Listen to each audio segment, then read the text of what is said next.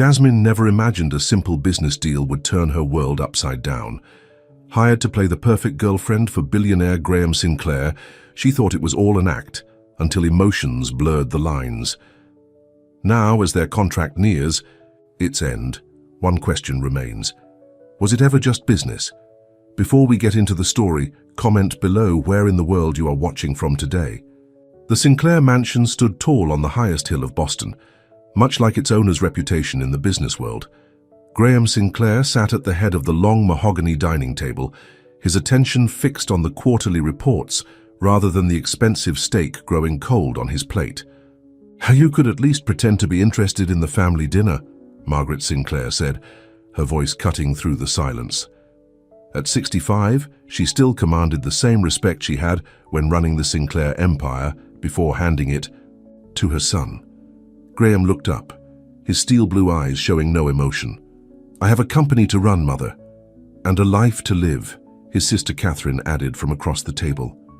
"When was the last time you went on a date?" Graham put down his fork with a sigh. This conversation was becoming too frequent lately. "I don't have time for dating." Margaret dabbed her lips with a napkin. "Well, make time. The Henderson family has invited us to their annual charity gala next weekend. Their daughter Vanessa will be there." "You're trying to set me up," Graham raised an eyebrow. "I'm 40, not 14, and still unmarried," his mother reminded him. "The board members are starting to wonder if you're stable enough to continue leading the company." Graham's jaw tightened. "My personal life has nothing to do with my ability to run Sinclair Enterprises." "In this world, everything is connected," Margaret said. "People trust family men. It's time you settled down." Catherine leaned forward. "Mother has been talking with the Hendersons. They're very interested in a potential match between you and Vanessa." "A match?" Graham stood up, his patience wearing thin. "This isn't the 1800s. I'm not agreeing to an arranged marriage." Margaret remained calm. "Then find someone yourself. You have until the end of the month. I've already told the board you'll be bringing your serious girlfriend to the company's anniversary gala." "Girlfriend?" Graham almost laughed. "I don't have a girlfriend." "Then get one," his mother said simply, "or I'll move forward with the Hendersons." Graham left the dining room without another word. In his study, he poured himself a whiskey and stared out the window at the city lights below. His phone rang. It was David, his assistant, and the closest thing he had to a friend. "Bad time?" David asked. "My mother is trying to marry me off," Graham said, taking a sip of his drink. David chuckled. "To who?" "Vanessa Henderson. The socialite who's been on the cover of every magazine this year?" Graham nodded, though David couldn't see him. "That's the one." "Could be worse," David said. "I'm not interested in being part of some business merger disguised as a marriage," Graham replied. "But my mother has backed me into a corner," she told. "The board I'd be bringing my girlfriend to the anniversary gala." "What girlfriend?" "Exactly." There was a pause before David said, "You know, there might be a solution. My cousin runs an agency for event companions, professional, discreet. You could hire someone to play the part for a few weeks." Graham considered it. It wasn't ideal, but it would buy him time. "Send me the information." Across town, in a small apartment that had seen better days, Jasmine Bennett wrapped up her online music lesson with a bright smile that vanished the moment she ended the call. She checked her bank account on her phone. The balance was lower than she'd hoped. The rent was due next week and her mother's medical bills kept piling up. The phone rang. It was her mother. "Hi, Mum," Jasmine answered, trying to sound cheerful. "Jasmine." "Dear, how are you?" "I'm good, just finished teaching. How are you feeling today?" "Better," her mother said, though Jasmine could hear the fatigue in her voice.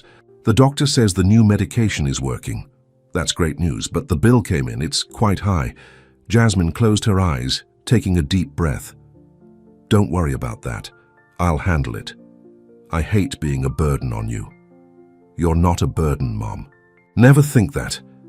Jasmine looked at the calendar on her wall, where she'd marked the weekend of the charity event she was supposed to attend as a paid companion. "I have an event coming up. The pay is good." "One of those escort things?" Her mother's voice was filled with concern. "You know I worry about you doing those jobs." It's just accompanying businessmen to events, Mum. Nothing more. It's safe, and it pays well.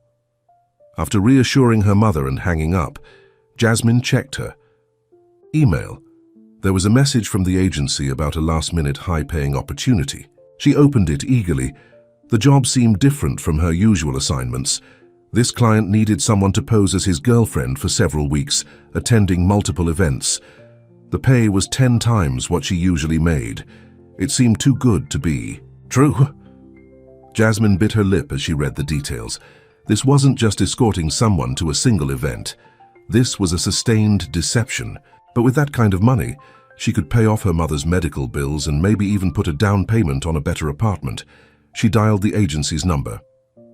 Elite Companions, this is Rachel. Hi, Rachel. It's Jasmine Bennett. I'm calling. About the special assignment. Ah, yes, the client specifically requested someone with your profile. He wants to meet tomorrow to discuss the arrangement. Are you interested? Jasmine hesitated for only a second. Yes, I'll do it. The next day, Jasmine found herself in a private dining room at one of Boston's most exclusive restaurants. She wore her only good dress, a simple navy blue number that she hoped looked expensive enough. Her dark hair was pulled back in a neat bun, and she'd applied minimal makeup, aiming for a natural, sophisticated look. When Graham Sinclair walked in, Jasmine immediately recognized him from business magazines. In person, he was even more intimidating. Tall, with perfect posture and sharp features that rarely seemed to smile. His custom suit probably cost more than her entire wardrobe. Miss Bennett, he said, extending his hand. Graham Sinclair. His handshake was firm but brief, as if he was careful not to maintain contact for too long. Please sit. He gestured to the chair across from him. As they sat down, a waiter appeared with water and menus, then quickly disappeared. I assume the agency. They explained the basics of what I'm looking for, Graham said, getting straight to business. Jasmine nodded. You need someone to pose as your girlfriend for a few weeks. Correct. My family and business associates need to believe we're in a serious relationship. He reached into his jacket and pulled out a folder. I've prepared a contract outlining the arrangement. Jasmine took the folder, surprised by his directness. A contract? I believe in clear terms the arrangement would last for 6 weeks. You'd need to attend several events with me, including family dinners and business functions. The most important is the Sinclair Enterprises Anniversary Gala at the end of the month. Jasmine skimmed the document, her eyes widening at the figure on the last page. This is a very generous offer. I expect professionalism and discretion. No one can know this is an arrangement. We'll need a believable backstory for how we met and started dating. I understand, Jasmine said, still processing the amount of money being offered. It would solve all her financial problems in one stroke. Graham studied her with analytical eyes. Do you have any questions? What about the physical expectations? Jasmine asked carefully. The agency assured me this was a companionship arrangement only. It is, Graham said firmly. We'll need to appear comfortable with each other, holding hands, perhaps the occasional kiss on the cheek for appearances. Nothing more. Jasmine nodded, relieved. And our backstory? How did we meet? I thought you could help with that. It should be something simple but believable. Jasmine considered for a moment. What about a charity concert? I am a music teacher. We could say I was performing and you were attending. Graham nodded, seemingly impressed by her quick thinking. That works. When can you start? I can start immediately. Good. We'll need to spend some time together first. Learn about each other's lives, preferences, habits. We need to convince people we've been dating for at least 3 months. Like homework for a role, Jasmine said with a small smile. Graham didn't return the smile. Exactly. This is a business arrangement, Miss Bennett. I'm hiring you to do a job. Of course, Jasmine said, her smile fading. Just business. The first event is a dinner at my mother's house this Saturday. She's eager to meet the woman who's finally captured my attention. His tone made it clear how ridiculous he found the situation. I'll be ready. Graham slid a pen across the table. If you're satisfied with the terms, we can finalize the agreement now. Jasmine picked up the pen, hesitating for just a moment. She thought of her mother's medical bills, of the constant struggle to make ends meet. Then she signed her name, Graham took the contract back, his expression unchanged. My assistant will contact you tomorrow with details. We'll need to meet a few times before Saturday to prepare. As he stood up to leave, Jasmine found her voice. Mr. Sinclair? He paused, looking at her questioningly. Why me?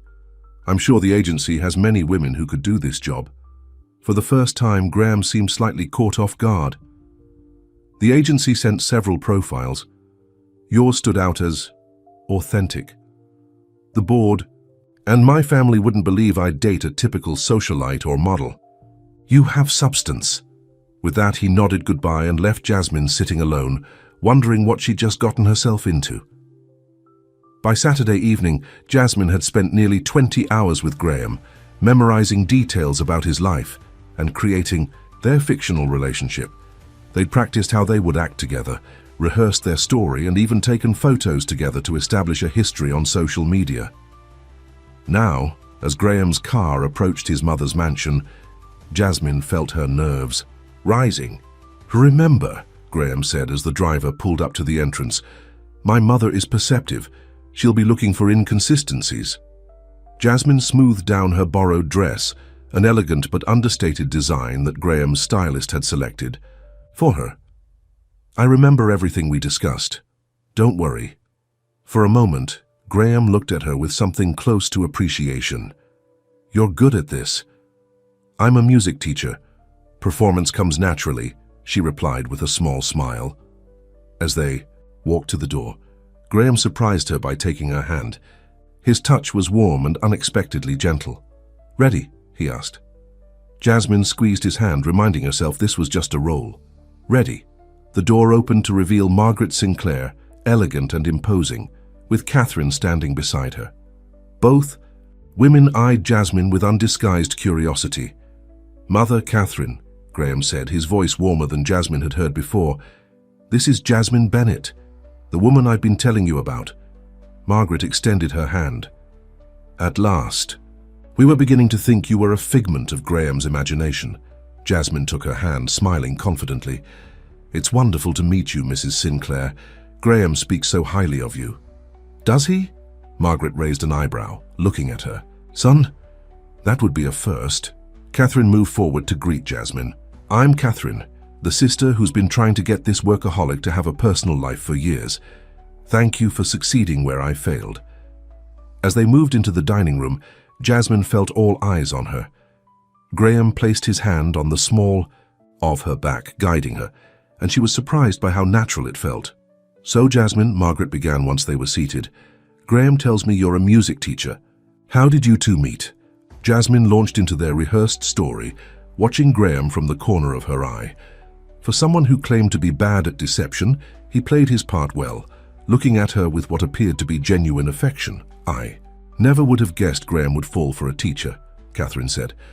No offense, Jasmine, it's just that my brother usually surrounds himself with business associates, not creative types.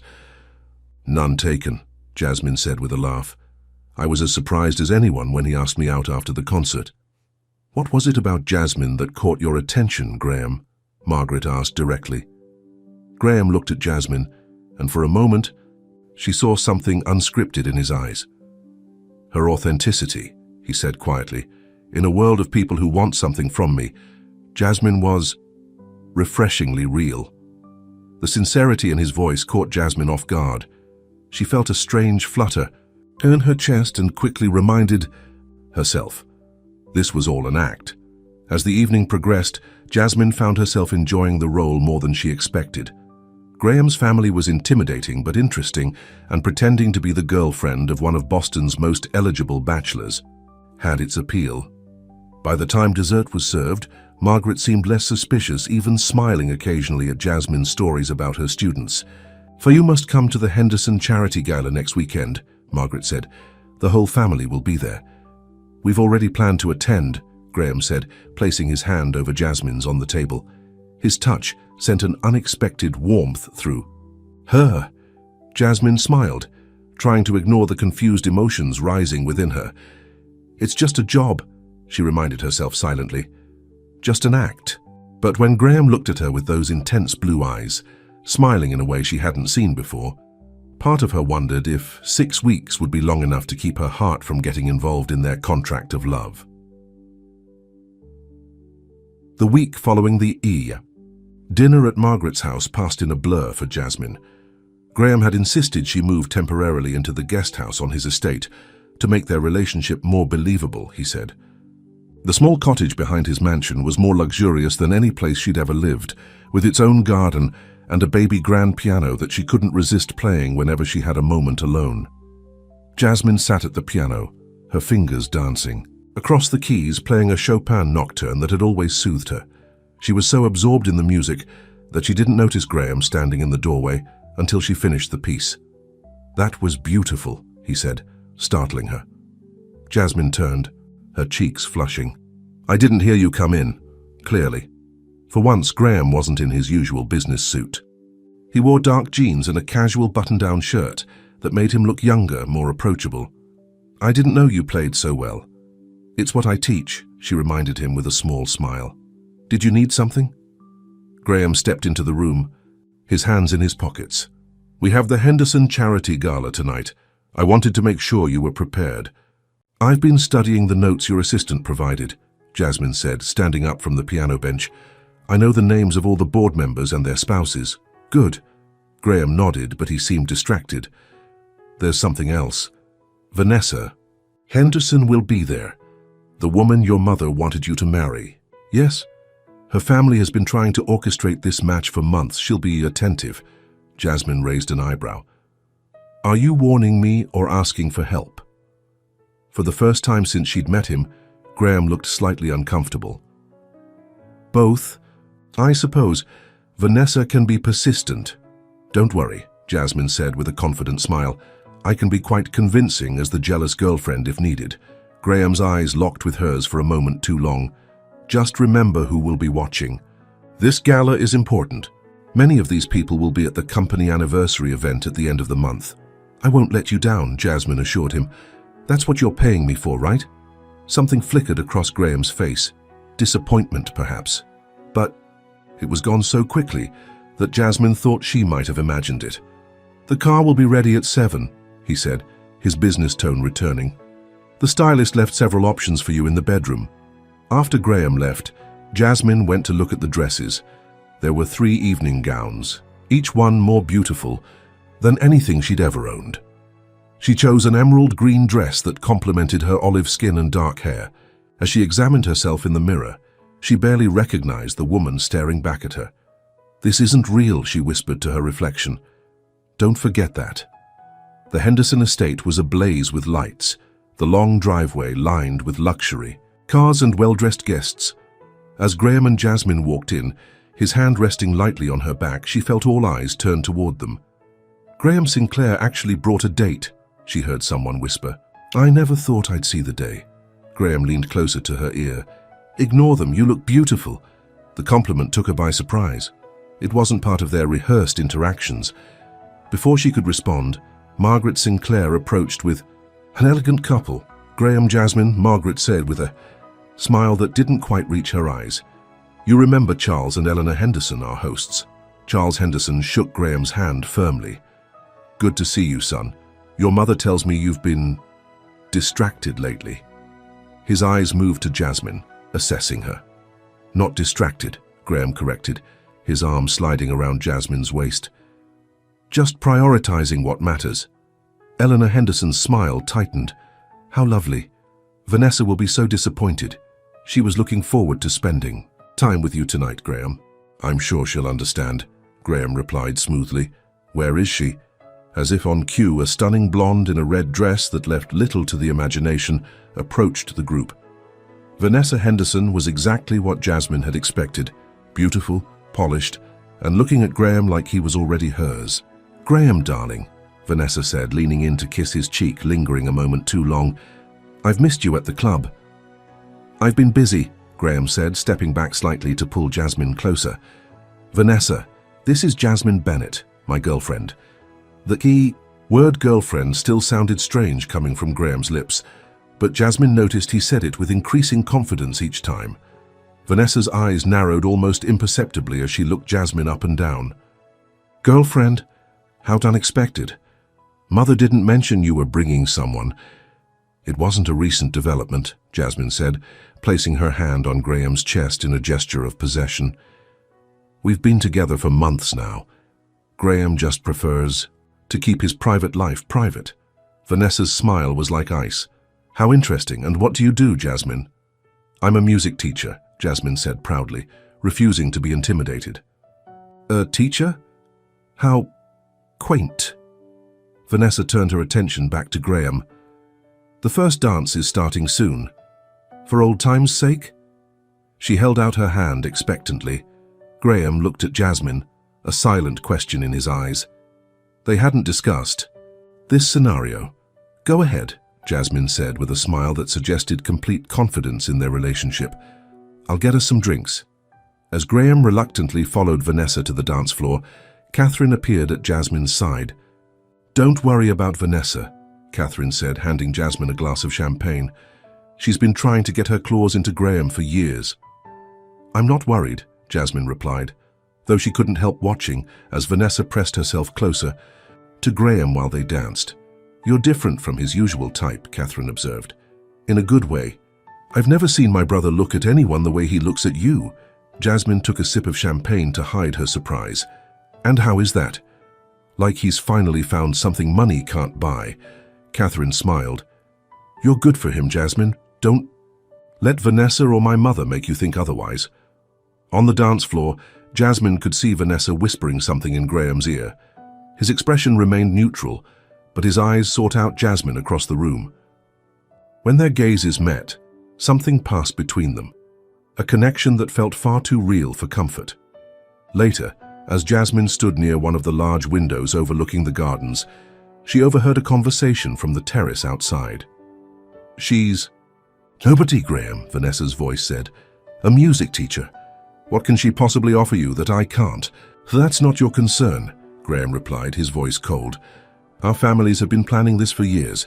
Your mother and mine have already discussed the merger possibilities. I'm not a commodity to be traded, Vanessa. No, you're a businessman, Vanessa said sharply. And this would be the smartest business move of your career. The Henderson fortune combined with Sinclair Enterprises, we'd be unstoppable. There was a pause before Graham replied. There's more to life than business deals. Vanessa laughed, a brittle sound. Since when? The Graham Sinclair I know lives and breathes business. What has this woman done to you? Jasmine stepped back from the window, her heart racing. She shouldn't be eavesdropping, but she couldn't help feeling a strange sense of pride at Graham's words. A moment later, Graham came back inside, his jaw tense. When he saw Jasmine, his expression softened. There you are, he said, coming to her side. Ready for our dance? As they moved onto the dance floor, Graham held her closer than necessary. For their charade, his hand on the small of her back was warm, secure. Everything okay? Jasmine asked quietly. I saw you talking with Vanessa. Just the usual attempt to negotiate a merger disguised as a marriage, Graham said with a hint of bitterness. Nothing new. Your sister thinks I'm good for you, Jasmine said, trying to lighten the mood. Graham's eyes met hers. Catherine's always been perceptive. The intensity in his gaze made Jasmine's breath catch. This was dangerous territory. She needed to remember that this was all pretend, a business arrangement with an expiration date. You're a good dancer, she said, changing the subject.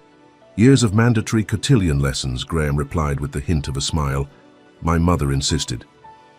As they swayed to the music, Jasmine became acutely aware of every point where their bodies touched, of his hand in hers, of the subtle scent of his cologne. It was becoming harder to remember that none of this was real. The following days brought a new routine. Jasmine would teach her online music lessons in the morning from the guest house, then join Graham for lunch or an event. They were photographed having dinner at exclusive restaurants, attending the symphony, and walking through the public garden on a sunny afternoon. Jasmine was surprised by how easy it became to act like a couple in public. One evening, as they returned from a dinner with Graham's business associates, Jasmine kicked off her heels with a sigh of relief. Remind me to wear more comfortable shoes next time, she said, sinking onto the couch in the guest house living room. Graham smiled. Something He'd been doing more frequently lately. You handled Jeffrey's questions about our future plans very smoothly. I'm getting good at improvising, Jasmine said, though I wasn't expecting him to ask when we're getting married. Neither was I, Graham admitted, loosening his tie as he sat down beside her. That's the third time this week someone has brought it up. Your plan is working too well, Jasmine teased. Now everyone wants to see Graham Sinclair settled down. As long as it keeps my mother from pushing Vanessa Henderson on me, I'll consider it a success. Jasmine studied him curiously. Can I ask you something personal? Graham raised an eyebrow. You're supposed to be my girlfriend. I think that gives you the right. Why are you so against marriage? Is it just about avoiding Vanessa, or is there more to it? Graham was quiet for a long moment. My parents' marriage was a business arrangement. There was no love, just mutual benefit. My father worked constantly, and my mother focused on maintaining the family's social position. I grew up watching them live separate lives under the same roof. That sounds lonely, Jasmine said softly. It was efficient, Graham countered, but there was no conviction in his voice. I learned early that emotional attachments were a weakness in business. But life isn't just business, Jasmine said. Says the music teacher, Graham replied with a small smile. What about you? No serious relationships in your past? Jasmine hesitated. This wasn't part of their script, but sharing something real felt right. I was engaged once in college. He was a pianist, brilliantly talented. We had big plans to travel, perform together. What happened? My mother got sick. I had to drop out, start teaching to pay the bills. Jasmine shrugged, trying to make it seem less painful than it was. He got a scholarship to study in Europe. He asked me to go with him, but I couldn't leave my mother, so he left without me. He chose his career over you, Graham said, a note of anger in his voice that surprised her. I don't blame him. We were young. Dreams don't pay medical bills. Graham studied her face. You sacrificed your dreams for your mother. That's admirable. It's what family does, Jasmine said simply. I still get to teach music, play when I can. It's not the life I planned, but it has its moments. They sat in comfortable silence for a while, the conversation having shifted something between them. It was no longer strictly business. They had shared pieces of themselves, real pieces. I should get some rest, Jasmine finally said, standing up. I have an early lesson tomorrow. Graham stood as well, suddenly looking uncertain, an expression she'd never seen on his face before. Jasmine, his phone rang, interrupting whatever he was about to say. He checked the screen and frowned. It's my mother. I should take this. Jasmine nodded, oddly disappointed. Good night, Graham. Good night, he said, his eyes lingering on her face before he answered the call. The next morning, Jasmine was surprised when Graham knocked on her door during her break between lessons. I need your help with something, he said, looking uncharacteristically nervous. My mother has invited us to the family lake house this weekend. The entire extended family will be there. That wasn't in our original agreement, Jasmine pointed out. I know, I'll compensate you additionally. Graham ran a hand through his hair. But there's something else. My grandmother will be there. She's turning 90, and this might be her last family gathering. And she's always been different from the rest of the family. More genuine. I can't lie to her, Jasmine. I just can't. Jasmine felt a pang of sympathy. This was the most vulnerable she'd seen him. What are you saying? I'm saying I want to tell her the truth, only her, about our arrangement. That's risky, Jasmine said carefully. What if she tells someone else? Graham shook his head. She wouldn't. My grandmother has always kept my secrets. Jasmine considered his request. If I agree, I'll need to understand our story better. The real story, not just what we tell everyone else. Why did you really hire me? What are you running from? Graham's expression turned serious. You're right. You deserve the full truth. He gestured to the couch. This might take a while. As they sat down, Jasmine sensed they were crossing another boundary, from a professional arrangement into something more complicated. But as Graham began to explain the real pressures he faced from his family and the board, the truth about his father's death and the company's vulnerabilities, she found herself caring more than she should. So you see, Graham concluded, this isn't just about avoiding an arranged marriage. It's about proving I can lead the company my way, without following the same path that destroyed my father. Jasmine touched his hand gently. I'll help you, Graham, with your grandmother and the rest of it. The gratitude in his eyes made her heart skip. When he covered her hand with his, she told herself the warmth she felt was just part of the role she was playing, but deep down, she was beginning to fear that the line between pretend and reality was blurring with each passing day. What started as a simple contract was turning into something neither of them had bargained for, something that money couldn't buy and that no business agreement could contain. The Sinclair Lake House was nothing like what Jasmine had imagined. Instead of the modern mansion she expected, it was a sprawling, rustic lodge with a wide porch that wrapped around the entire building. Large windows overlooked the serene lake, where a small dock extended into the water with a few boats tied alongside it. It's beautiful, Jasmine said as Graham parked the car in front of the house. Unlike their other outings, he had chosen to drive them here himself in his less flashy SUV. This was my grandfather's favorite place, Graham explained, a softness in his voice she rarely heard. He built it himself 50 years ago. My grandmother refused to let my father renovate it after he died.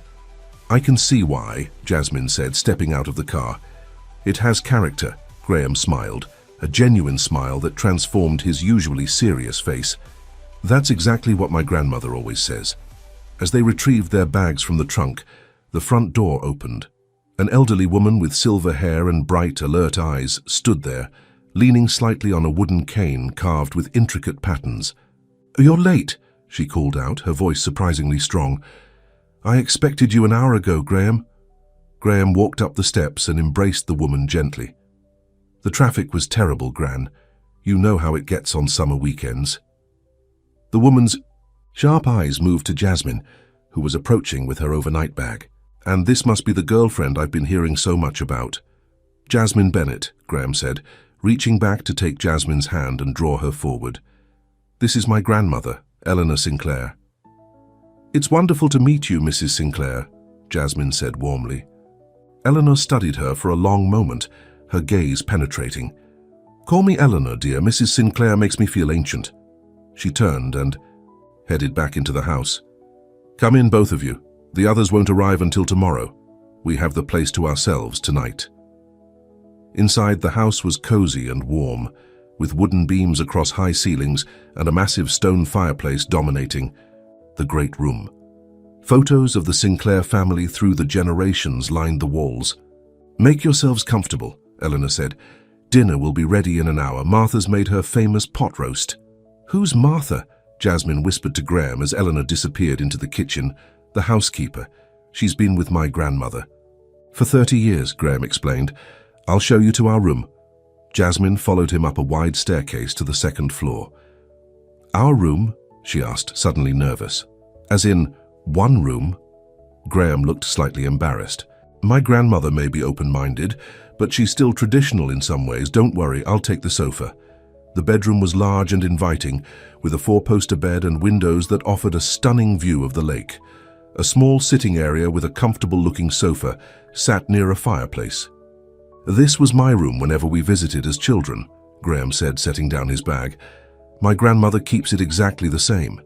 Jasmine noticed the books on the shelves, adventure novels, science texts, even some comics. She picked up a framed photo of a young boy with a fishing rod, proudly holding up a small fish. "Is this you?" she asked, smiling at the gap-toothed grin of the child in the picture. Graham nodded, looking slightly embarrassed. "My first catch. I was 7. "You look happy," Jasmine observed. "I was here." Graham's voice held a note of nostalgia. "The lake house was the one place where business didn't follow us. My father would put away his phone, my mother would stop planning social events, and we'd just to be a family." Jasmine set the photo back carefully. "It sounds special." It was. Graham checked his watch. "We should freshen up before dinner." My grandmother hates tardiness. At dinner, Jasmine was surprised by the casual atmosphere. Eleanor served them herself, waving away Graham's attempts to help. The dining room was less formal than she expected, with a well-worn wooden table and chairs that had clearly seen decades of family meals. "So, Jasmine," Eleanor said as they ate, "Graham tells me you're a music teacher." "Yes, mostly piano and voice," Jasmine replied, "though lately I've been teaching online due to the pandemic. Do you play any other instruments? A little violin?" "But piano has always been my first love." Eleanor's eyes lit up. "We have a beautiful old Steinway in the music room. Graham's grandfather insisted on buying it, though none of us had much talent. Perhaps you could play for us after dinner." "I'd love to," Jasmine said sincerely. "Graham used to play, you know," Eleanor continued, ignoring her grandson's warning look. "He was quite good until his father decided sports were more important. For a Sinclair heir." "You played piano?" Jasmine asked, genuinely surprised. "Not well," Graham said quickly. "False modesty," Eleanor countered. "He had a natural ear. William was devastated when Harold put an end to the lessons." She turned to Jasmine. "William was my late husband, Graham's grandfather. He believed in raising well-rounded children, not just business machines." Graham looked uncomfortable with the direction of the conversation. "Gran, I'm sure Jasmine doesn't want to hear about my failed childhood hobbies." "On the contrary," Jasmine said with a smile, "I find it fascinating. The Graham Sinclair I know seems to have sprung fully formed as a businessman." Eleanor laughed, a bright, clear sound. "Oh, I like her, Graham. She sees right through your CEO facade."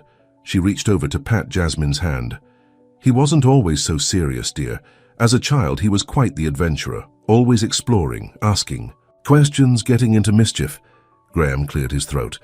"I believe you promised to save the embarrassing stories until at least the second visit, Gran." "Did I?" Eleanor's eyes twinkled mischievously. "My memory must be failing me in my old age." The conversation flowed easily through the rest of dinner, with Eleanor sharing stories of Graham's childhood that revealed a side of him Jasmine had never imagined existed. She found herself laughing more than she had in months, watching as Graham gradually relaxed, occasionally jumping in to defend himself against his grandmother's more outlandish tales. After dinner, Eleanor insisted that Jasmine play the piano. The music room was a small, intimate space with large windows facing the lake. The Steinway, though old, was perfectly maintained. Jasmine sat at the bench, running her fingers lightly over the keys. "Any requests?"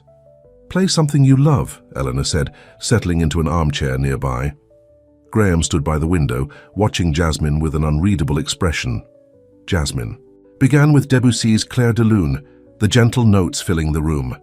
She closed her eyes as she played, losing herself in the music as she always did. When she finished, she opened her eyes to find both Eleanor and Graham watching her intently. "Beautiful," Eleanor said softly. "You play with your heart, not just your hands." "Indeed," Graham agreed, his voice unusually quiet. "Play something else," Eleanor requested. "Something lively this time." Jasmine launched into a ragtime piece that had the elderly woman tapping her foot in time. When she glanced at Graham, she was shocked to see him smiling. Not his usual controlled, polite smile, but something genuine that reached his eyes. Later, after Eleanor had retired for the night, Jasmine and Graham sat on the porch, watching the moonlight reflect off the lake. The night was warm, with a gentle breeze rustling the trees around them.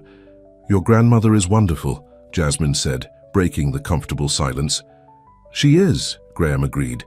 "She's always been different from the rest of the family, more interested in people than power or money."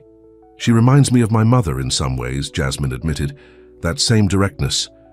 Graham turned to look at her. "You haven't told me much about your family beyond your mother's illness." Jasmine sighed, leaning back in her chair. "There's not much to tell. My father left when I was 12.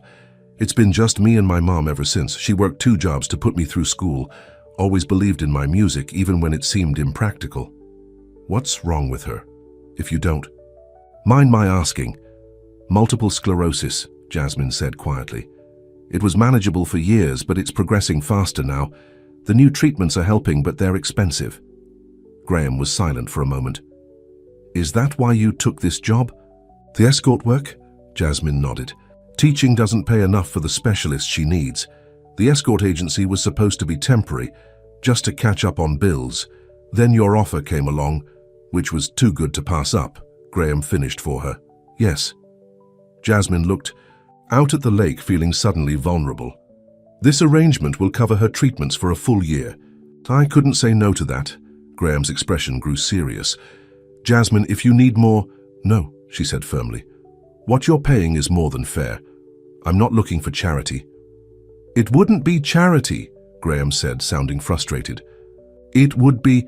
What? Jasmine challenged when he didn't continue. Graham stood up, moving to the porch railing. I don't know, I don't like thinking of you struggling. The admission hung in the air between them, unexpected and heavy, with implications. We should tell my grandmother the truth tomorrow, Graham said suddenly, changing the subject, about our arrangement. Jasmine nodded, though part of her was inexplicably disappointed. Of course, that's what we agreed. She'll be discreet, Graham assured her, but I can't lie to her, not here. I understand. Jasmine stood up as well. We should get some rest. It sounds like tomorrow will be busy once everyone arrives. In the bedroom, Graham made up the sofa for himself, while Jasmine took the bed. As she lay in the darkness, listening to his steady breathing across the room, she found herself wondering what it would be like if their relationship were real, if the tenderness she occasionally glimpsed in his eyes wasn't just part of an act. Dangerous. Thoughts, she whispered to herself. This is just business. The next morning, Jasmine woke to find Graham already gone. A note on the bedside table told her he had gone for a walk with his grandmother and would be back soon. She showered and dressed, then made her way downstairs where Martha was preparing breakfast. Good morning, the housekeeper greeted her warmly. You must be Jasmine. I'm Martha. Coffee? Yes, please, Jasmine said gratefully. Graham and Eleanor are down by the lake, Martha said, pouring a cup. They always take an early walk when he visits. It's their special time. Jasmine looked out the window and saw them in the distance, Graham walking slowly beside his grandmother along the shoreline. Even from here, she could see the care with which he matched his pace to the elderly woman's, occasionally offering his arm on uneven ground. He's different with her, Jasmine observed. Martha smiled, setting a plate of eggs and toast in front of her. Eleanor is the only one who ever saw the real Graham. After his grandfather died, she became his safe harbor. She studied Jasmine curiously. He must care for you a great deal to bring you here. This place is sacred to him. Jasmine felt a pang of guilt at the deception. He's not what I expected when we first met. The Sinclair men have always hidden their hearts behind their business suits, Martha said wisely. His grandfather was the same way until Eleanor wore him down. Before Jasmine could respond, the front door opened and Graham entered with his grandmother. They were both laughing about something, and the sight of Graham so unguarded made Jasmine's heart flutter. Good morning, she called, trying to ignore the feeling. Jasmine, Graham said, his smile lingering as he looked at her. I hope you slept well. Perfectly, she assured him. Eleanor settled at the table with a satisfied sigh. Graham has just been telling me about how you two met. The charity concert story is very romantic. Jasmine glanced at Graham, confused. They were supposed to tell his grandmother the truth. Gran, Graham said, sitting down beside the elderly woman. There's something we need to tell you about that. Eleanor waved her hand dismissively. Oh, I know it's not true, dear. For you... No. Graham looked shocked. Of course I know, Eleanor said, helping herself to toast. You're a terrible liar, Graham. Always have been. Besides, no woman could put up with your workaholic tendencies after just 3 months of dating. Unless she was being paid very well. Jasmine nearly choked on her coffee. Mrs. Sinclair, Eleanor, please, and don't look so worried, dear. I'm not judging either of you. She patted Graham's hand. I understand why you felt this was necessary. Your mother can be persistent. You're not disappointed? Graham asked, sounding like a young boy again. Eleanor's face softened. The only thing that disappoints me is that you felt you needed to resort to this. But I understand the pressure you're under. She turned to Jasmine. And I appreciate your discretion and professionalism, my dear. Though I suspect there might be more happening here than either of you planned. Jasmine felt her cheeks warm. I don't know what you mean. Of course not, Eleanor said with a knowing smile. Now, when does the rest of the family arrive? I need to prepare myself for Margaret's inevitable critiques of my housekeeping. The rest of the day passed in a blur of activity, as Graham's mother, sister, and various aunts, uncles, and cousins arrived for the family weekend. To Jasmine's surprise, Graham stayed close to her throughout, his hand often finding the small of her back or clasping hers as they moved through the gathering. During a moment alone on the dock while the others prepared for the birthday dinner, Jasmine confronted him. "Your grandmother already knew, but you didn't tell her the whole story this morning," she said. "Why?" Graham looked out at the water. "I was going to, but then I realized something. I don't want this to be just business anymore, Jasmine." Her heart skipped a beat. "What are you saying?" "I'm saying, there you are." Catherine's voice interrupted them as she approached the dock. "Mum's looking for you both. The photographer is ready for family pictures." Graham sighed, the moment broken. "We'll be right there." As they walked back to the house, Jasmine felt confused.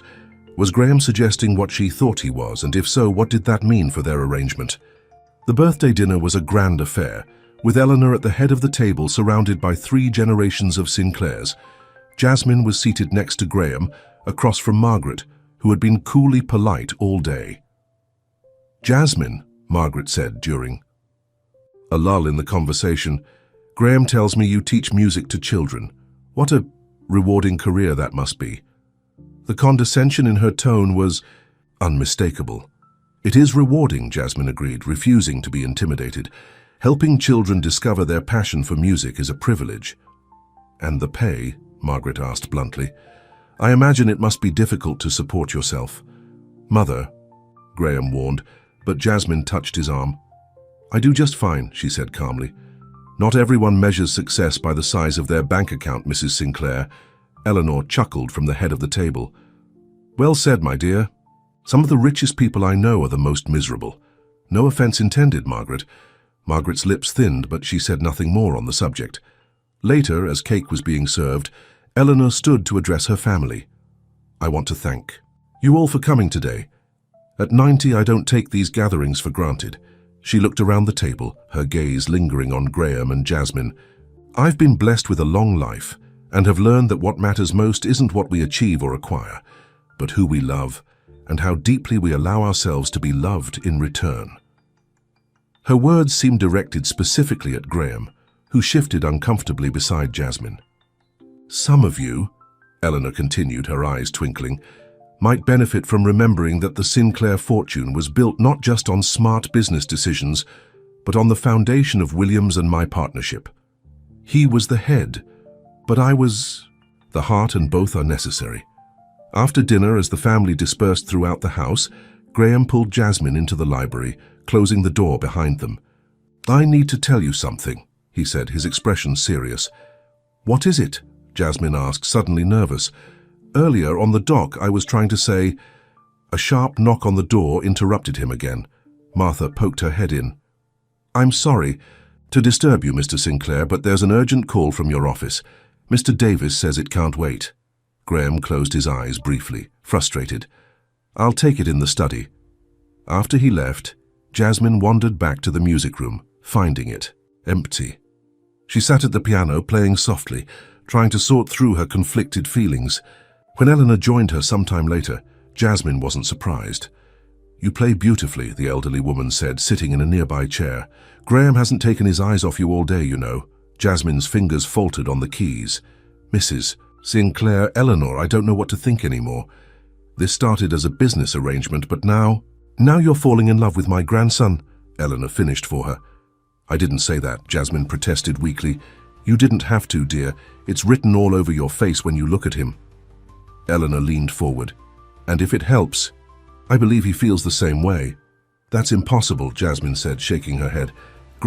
He's Graham Sinclair. He doesn't fall for women like me. And what kind of woman are you?" "Ordinary, struggling, without connections or family money." Eleanor laughed softly. "My dear, those are exactly the reasons he's falling for you. You're real in a way no one in his world has ever been." She reached out to pat Jasmine's hand. "The question is, what are you going to do about it?" Jasmine stared at the piano keys. "Nothing. In 2 weeks, our contract ends. He'll pay me, and we'll go our separate ways." "Is that what you want?" "What I want doesn't matter," Jasmine said quietly.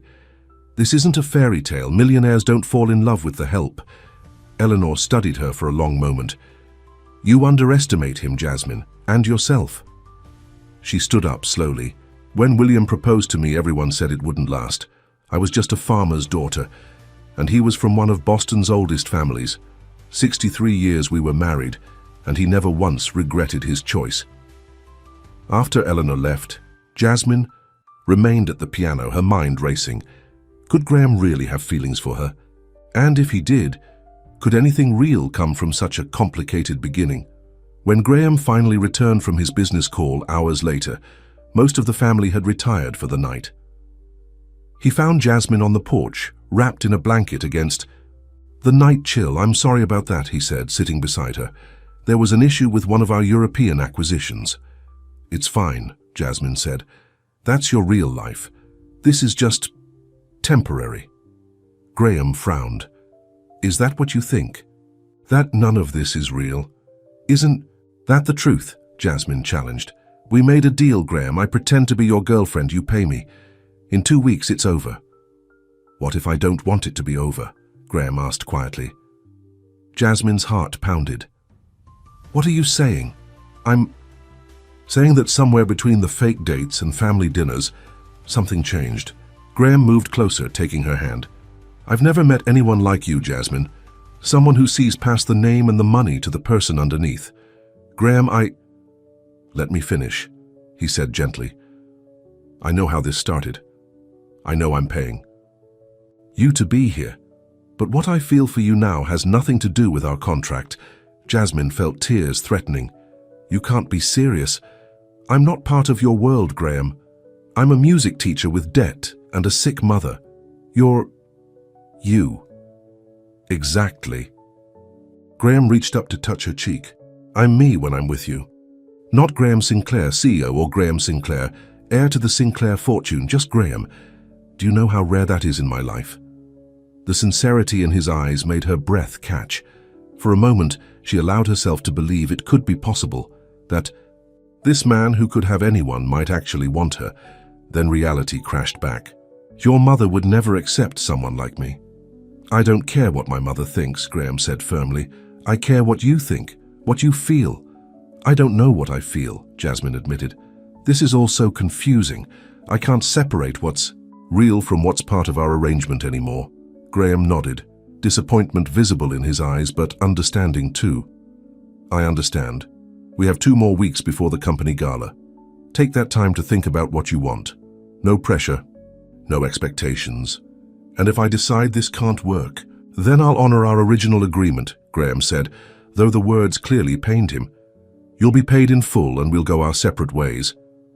As they sat together in silence, watching the moonlight on the water, Jasmine felt torn between hope and fear. Could she trust these new feelings?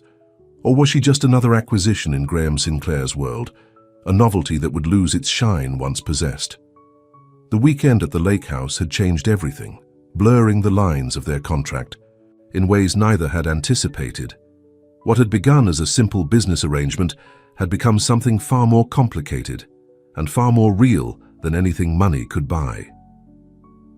The days following the lake house weekend passed in a strange limbo.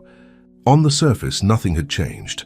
Graham and Jasmine continued their public appearances, smiling for cameras, holding hands at charity events.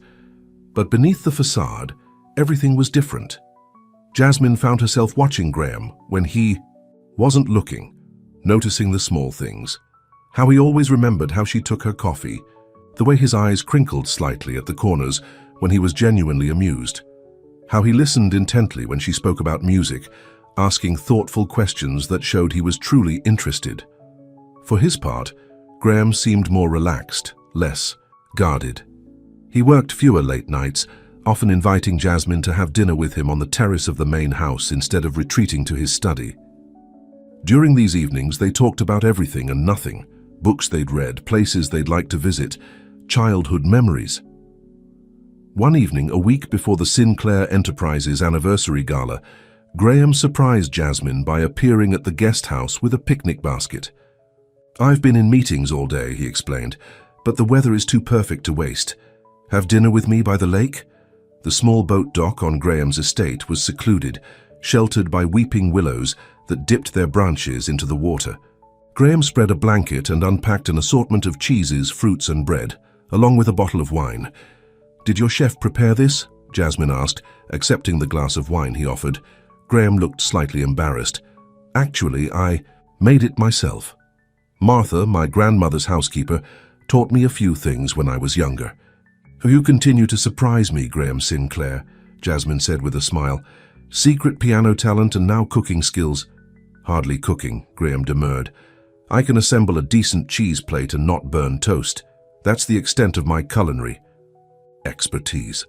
They ate in comfortable silence for a while, watching the sun begin its descent, painting the sky with streaks of pink and gold. "The company gala is next Saturday," Graham said finally, his tone carefully neutral. "The end of our arrangement." Jasmine nodded, her heart suddenly heavy. "Yes, the grand finale. Have you thought about what I said at the lake house?" Jasmine looked down at her wineglass. "I've thought about little else. And?" Graham's voice was soft, almost vulnerable. "I'm scared, Graham." Jasmine finally met his eyes. "What you're suggesting, it feels impossible. Two different worlds." "They don't have to be," Graham said, moving closer to her on the blanket. "Jasmine, these past few weeks with you have been the most real of my life. I was going through the motions before you came along. Work, family obligations, social appearances. Nothing meant anything. And now I find myself looking forward to coming home knowing you'll be here. I catch myself smiling in the middle of board meetings, remembering something you said. I've never felt this way about anyone." Jasmine's heart raced at his words. "But what about your family? Your mother would never accept me." "My mother will adapt," Graham said firmly. "She may be difficult at first, but she wants me to be happy. Eventually she'll see that you make me happy. And the board members, the people in your social circle? I don't fit in that world, Graham." "You fit in my world," he insisted, taking her hand. "The rest doesn't matter. Besides, you've already won over my grandmother, which is no small feat. She called me yesterday to tell me not to be, and I quote, 'a stubborn fool like my father.'" Jasmine laughed despite herself. "I do adore Eleanor, and she adores you." Graham's expression turned. "Serious again?" "Jasmine, I'm not asking for promises. I'm just asking for a chance. A real chance without contracts or obligations. Just you and me seeing where this might lead." Jasmine looked at their joined hands, thinking of how natural it felt now to be touched by him. What if it doesn't? Work? What if once the excitement of something new wears off, you realize I'm not what you want after all? What if it does work? Graham countered. What if this is the beginning of something extraordinary? Before she could respond, Graham's phone rang. He glanced at it with a frown. "It's David. I need to take this.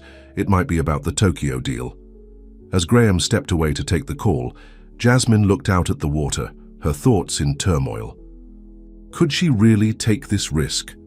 Open herself up to the possibility of a relationship with Graham, knowing how badly she could be hurt if it didn't work out? When Graham returned, his expression was troubled. "I'm sorry, but I need to go to the office. There's an issue with the contracts that requires my immediate attention." "Of course," Jasmine said, trying to hide her disappointment. "Business comes first." Graham knelt beside her, taking both her hands in his. "No, it doesn't. You come first. But this particular situation could cost hundreds of people their jobs if I don't resolve it tonight." He kissed her forehead gently. "Rain check." "Rain check," she agreed, watching as he quickly packed up the remains of their picnic. As his car disappeared down the driveway, Jasmine lingered by the lake, wondering if this was a glimpse of what a future with Graham would be like. Beautiful. Moments interrupted by business emergencies, always coming second to the demands of Sinclair Enterprises. The next morning, Jasmine was surprised when Catherine showed up at the guest house. "Graham told me you were giving online lessons today," she said, settling onto the couch. "I hope you don't mind the intrusion." "Not at all," Jasmine assured her, offering coffee. "Is everything okay with the Tokyo deal? Graham seemed worried last night." "That's what I came to talk to you about," Catherine said, accepting the mug. "Graham was at the office all night. He's still there, actually." "That sounds serious," Catherine nodded. "It is, but not in the way you might think. The emergency was partly manufactured. What do you mean? My brother spent half the night on a conference call to Japan, yes, but the other half he spent arranging something special for you. Catherine smiled at Jasmine's confused expression. He asked for my help, which is why I'm here. He wants to see you tonight at 7, at this address. She handed Jasmine a card with an address in the city written on it. What is this about? Jasmine asked, bewildered. Graham wants to show you something important, Catherine explained. Something he hopes will answer your concerns, that's all I can say. After Catherine left, Jasmine stared at the card, wondering what Graham could possibly want to show her that would address the fundamental differences between their worlds. Later that day, a dress arrived, a simple but elegant blue gown that somehow looked like it had been made specifically for her. A note attached read simply, "For tonight." At precisely 7, Jasmine arrived at the address Catherine had given her. It was an older building in one of Boston's historic neighborhoods, far from the gleaming skyscrapers of the financial district where Graham usually worked. A doorman greeted her by name and escorted her to the elevator, pressing the button for the top floor. When the doors opened, Jasmine found herself in a spacious loft with exposed brick walls, hardwood floors, and large windows overlooking the city. In the center of the room was a familiar sight, her Steinway piano from the music school where she used to teach in-person lessons before the pandemic forced everything online. Graham stood beside it, dressed simply in slacks and a button-down shirt, no tie. How did you... Jasmine began, approaching the piano in amazement. The school was selling it, Graham explained. When you mentioned it was the instrument you learned on, I tracked it down. Jasmine ran her fingers reverently over the keys. I can't believe you remembered that. I only mentioned it once, weeks ago. I remember everything you tell me, Jasmine. Graham gestured around the loft. What do you think of this place? It's beautiful, she said honestly. So different from your house. That's not my house, Graham said quietly. That's the Sinclair mansion, where the CEO of Sinclair Enterprises is expected to live. This, he spread his arms, this could be our home, if you want it to be. Jasmine stared at him. Our home? I bought this building last year as an investment property. The previous owner of this loft was a composer. He designed the space specifically for its acoustics. Graham took her hand, leading her through the loft. There's room for a teaching studio here, where you could hold in-person lessons again. The bedroom has a small study attached that I could use when I need to work from home. Graham, I don't understand. He turned to face her, his expression earnest. You said our worlds are too different. I'm showing you that they don't have to be. I don't need the mansion or the lifestyle that comes with it. What I need is you. But your position, your family obligations, will still be part of my life, Graham acknowledged, but they don't have to dictate where and how I live. I can be Graham Sinclair, CEO during business hours, and just Graham here, with you. Jasmine felt tears gathering in her eyes. You'd give up the mansion? For me? I'd give up a lot more than that, Graham said softly. Jasmine, when I hired you, I was looking for a solution to a problem. What I found instead was the missing piece of myself. He guided her back to the piano. Play something, he requested, sitting beside her on the bench.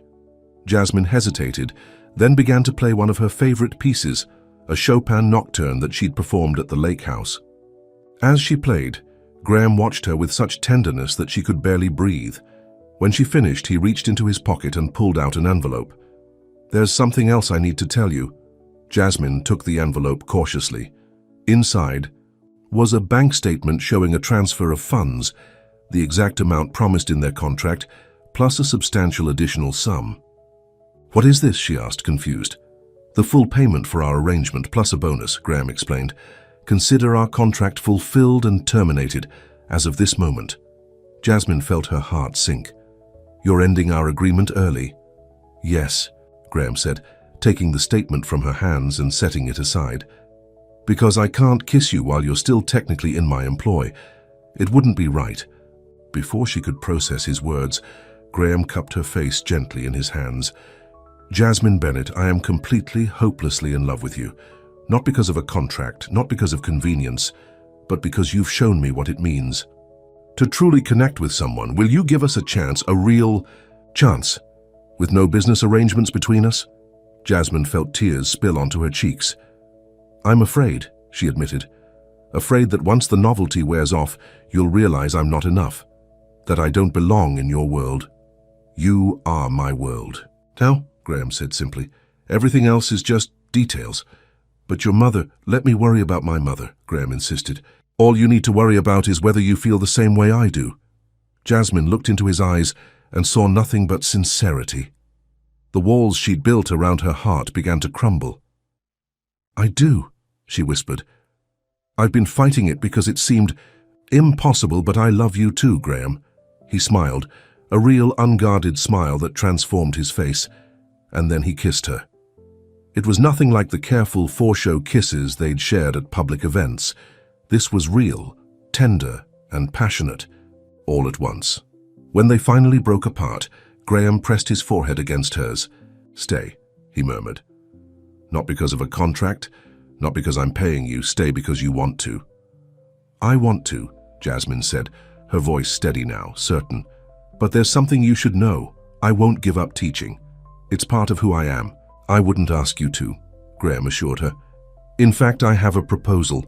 The Sinclair Foundation has been looking to expand its community outreach programs.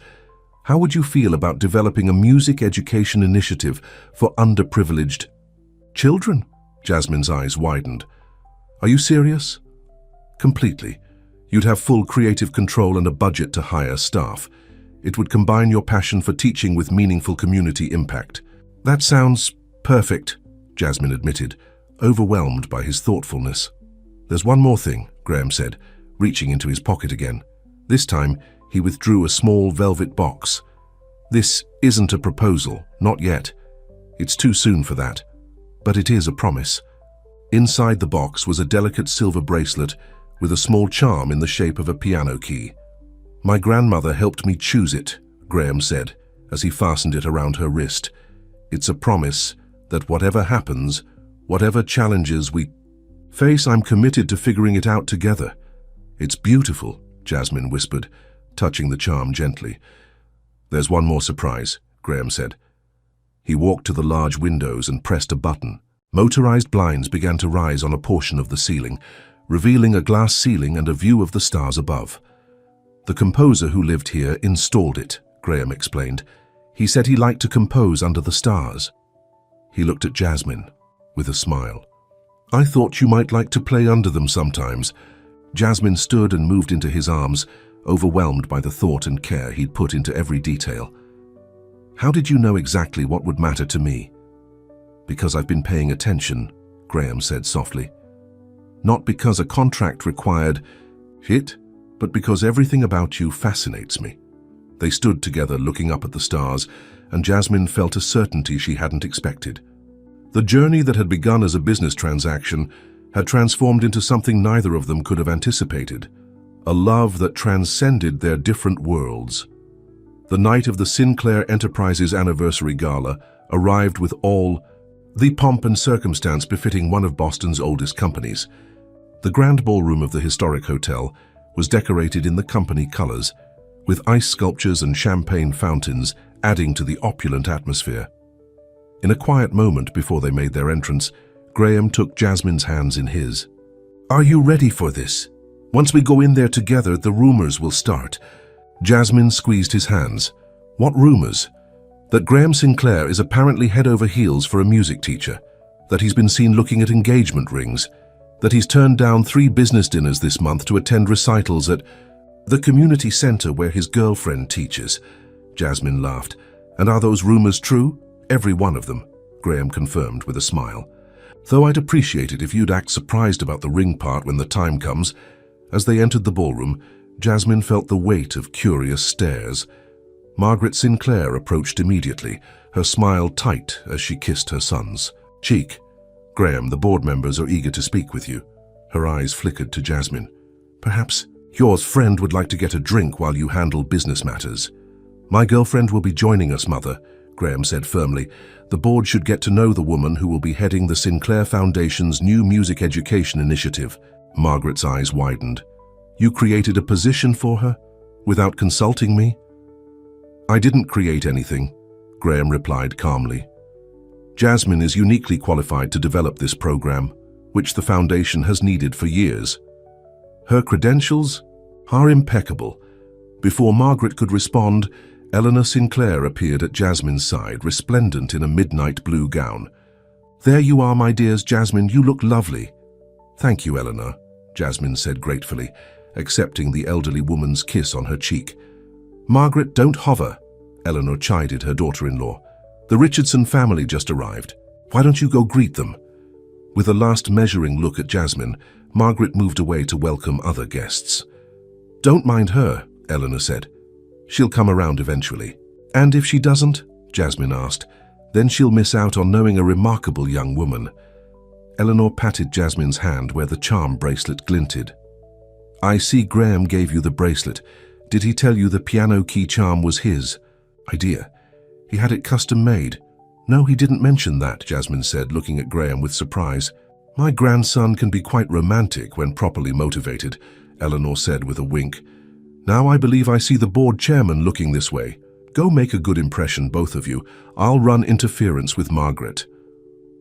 As the evening progressed, Jasmine found herself engaged in conversations with Boston's elite, conversations that would have terrified her just weeks ago. But with Graham beside her, his pride in her evident to everyone, she felt a new confidence. During a quiet moment, Vanessa Henderson appeared, her expression calculated as she approached them. "Graham," she said, ignoring Jasmine completely, "I heard the most interesting rumor. Apparently you paid this woman to pretend to be your girlfriend to avoid our family's matchmaking. Please tell me it isn't true." Graham stiffened beside Jasmine, but before he could speak, she stepped forward. "You know what, Vanessa? It was true," Jasmine said calmly. "Graham did hire me initially. It was a business arrangement." Vanessa's triumphant smile lasted only a moment before Jasmine continued. "But somewhere along the way, the contract became irrelevant. What began as a transaction turned into the most genuine relationship either of us has ever known." She looked up at Graham, who was watching her with love and pride. "Sometimes the most unexpected beginnings lead to the most beautiful endings." Vanessa's face flushed with anger. "You can't possibly believe he's serious about you. You're a novelty, a distraction. Men like Graham don't end up with women like you." "Actually," Graham said, his arm tightening around Jasmine's waist, "men like me are extraordinarily lucky if women like Jasmine give them a chance." He smiled coldly at Vanessa. "Now, if you'll excuse us, I'd like to dance with the woman I love." As he led Jasmine to the dance floor, she felt a weight lift from her shoulders. "I can't believe I just admitted the truth to Vanessa Henderson." "You were magnificent," Graham said, drawing her into his arms as the orchestra began a waltz. "I've never been so proud, or so in love. Even though I just confirmed the gossip that will probably be all over the society pages tomorrow, especially because of that." Graham twirled her gracefully across the floor. "No more secrets, no more pretending. Just us, facing whatever comes together." As they danced, Jasmine noticed Margaret watching them from across the room, her expression unreadable. "Your mother still doesn't approve." "She will in time," Graham assured her. "But even if she doesn't, it changes nothing for me." He pulled her closer. "I love you, Jasmine Bennett. Contract or no contract, rich or poor, society's approval or not. I love you." "And I love you," Jasmine replied, realizing she truly meant it with her whole heart. "Not the millionaire, not the CEO, just you, Graham." Later that night, as they stood on the terrace of the loft, their loft now, looking at the city lights, Jasmine thought about the strange journey that had brought them here, a fake relationship that had become more real than anything she'd ever known. "What are you thinking?" Graham asked, his arms wrapped around her from behind. "I'm thinking that I never believed in fairy tales," Jasmine said honestly. "I always thought love was practical, conditional, especially when it came to someone from your world. And now," Graham turned her to face him, "now I believe that sometimes the most meaningful contracts are the ones written not on paper, but on the heart." She reached up to touch his face. "Our contract may have ended, but our story is just beginning." Graham smiled, pulling her close as the moon rose over the city. What had started as a business arrangement, a simple contract of convenience, had transformed into something far more valuable, a contract of love, signed not with ink, but with every beat of their hearts. As Jasmine stood in the circle of Graham's arms, she knew that some endings were really beginnings in disguise. Their contract had expired, but the love it had unexpectedly created was just beginning to unfold. A love no amount of money could buy and no legal document could contain.